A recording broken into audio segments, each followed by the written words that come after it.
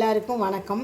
இன்றைக்கி வந்து நான் நம்ம முறுக்கு வாங்கி வச்சுருப்போம். அது வந்து ஒரு 2-3 நாள் ஆன உடனே நீங்கள் வந்து சாப்பிட முடியாமல் இருக்கும். அதை வந்து நீங்கள் நல்லா மிக்சியில் பொடிச்சுக்கோங்க. நைஸாக பொடிக்க வேண்டாம். இப்படி குறன்னு பொடிச்சிட்டு அதில் கொஞ்சம் தண்ணியை விடுங்க. தண்ணியை விட்டுட்டு இப்படி நல்லா அலசி விடுங்க. அலசிட்டு அதை அப்படியே இந்த மாதிரி வடிகட்டி இந்த மாதிரி ஒரு சிப்பல் வச்சுக்கோங்க. நல்ல அப்போ அந்த எண்ணெயெல்லாம் அப்படியே நின்றும். அப்போ எண்ணெய் அது அவ்வளோ போயிடும். வானிலையை வச்சு அதில் 1 ஸ்பூன் எண்ணெய் விடுங்க, போதும். கடுகு போட்டுக்கோங்க.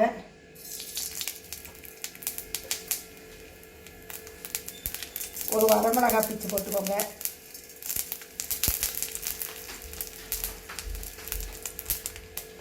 கொஞ்சம் கருவேப்பிலை போட்டுக்கோங்க.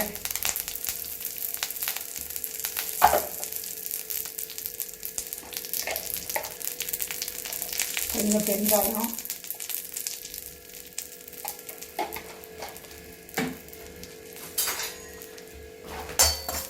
இதை நல்லா வதக்கி விடுங்க. கறி ஒழிச்சிருச்சு. இப்போ இருத்து வச்சுருக்கதை இதை நம்ம இதில் இப்படி வச்சுக்கலாம்.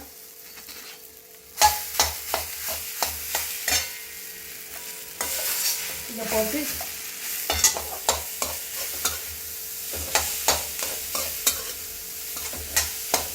இது வந்து அரிசி உப்புமா போல் நல்ல டேஸ்ட்டாக இருக்கும். உங்களுக்கு வேஸ்ட்டும் ஆகாது.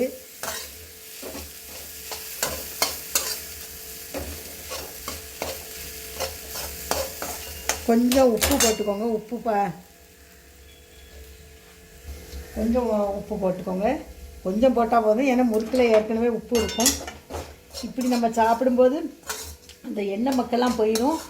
நல்ல ரொம்ப டேஸ்ட்டாக இருக்கும். நீங்கள் செஞ்சு பாருங்கள். அப்படியே கழுவி சிப்பலில் ஊற்றிடுங்க.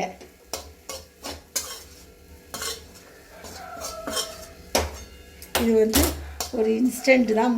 முறுக்கு உப்புமா. இப்போ இதில் வந்து தேங்காய் கண்டிப்பாக போடணும்.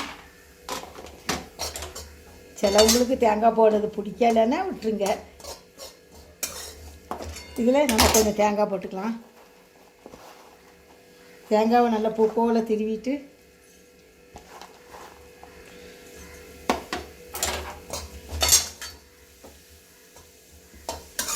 ரெடிமேடு முறுக்கு உப்புமா ரெடி ஆயாச்சு.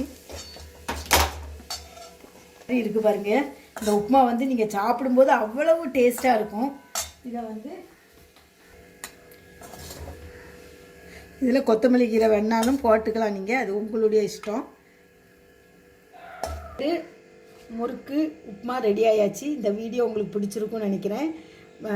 பிடிச்சிருந்தா லைக் பண்ணுங்கள், கமெண்ட்ஸ் கொடுங்க, மறக்காமல் சப்ஸ்கிரைப் பண்ணுங்கள். தேங்க்யூ.